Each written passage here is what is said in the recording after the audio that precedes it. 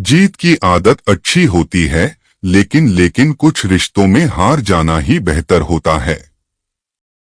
दूसरे लोग आपको किस तरह देखते हैं, यह बात हर किसी को मायने नहीं रखती, लेकिन हाँ, यह बात जरूर मायने रखती है कि आप अपने आप को कैसा देखते हैं।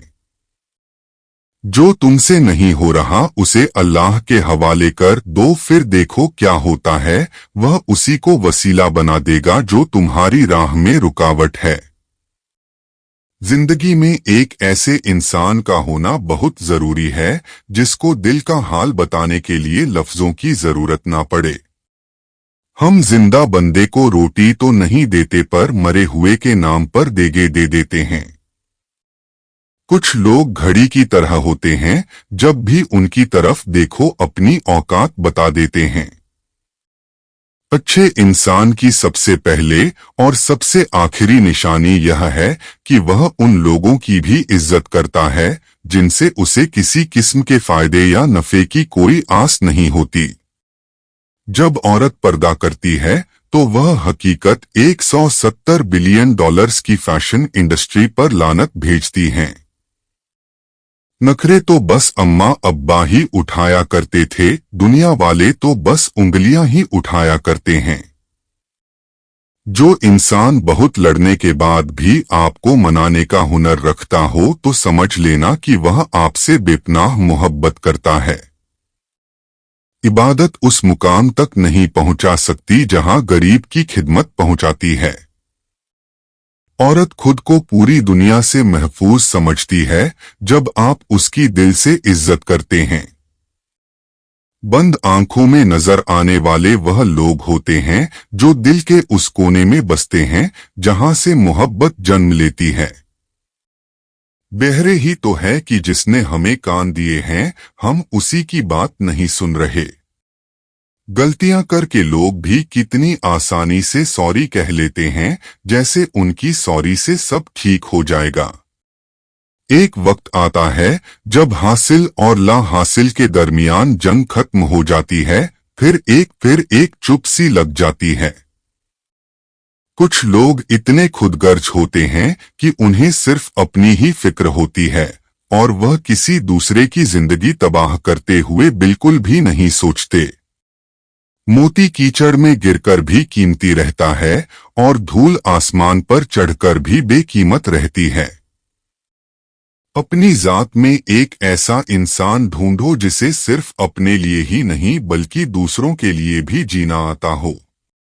यह जिंदगी 2 दिन की है, एक दिन तुम्हारा हक में और दूसरे दिन तुम्हारे खिलाफ। जिस दिन तुम्हारे हक में हो उस दिन गुरूर मत करना और जिस दिन तुम्हारे खिलाफ हो उस दिन सब्र करना। दुनिया में आपका सही मुकाम वही है जिसका इजहार लोग आपकी पीठ पीछे करते हैं।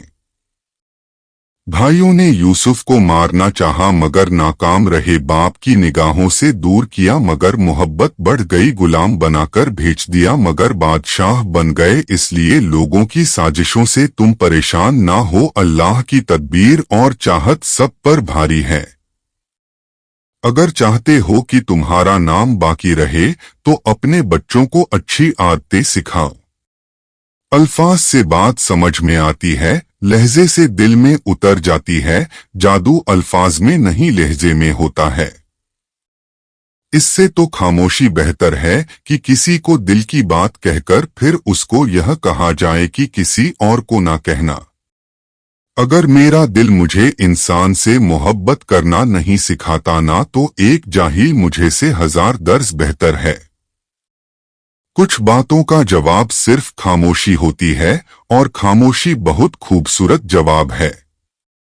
हम इसे जिंदा वही रहेगा जो दिलों में जिंदा रहेगा और दिलों में जिंदा वही रहते हैं जो आसानियां बांटते हैं, मोहब्बतें बांटते हैं।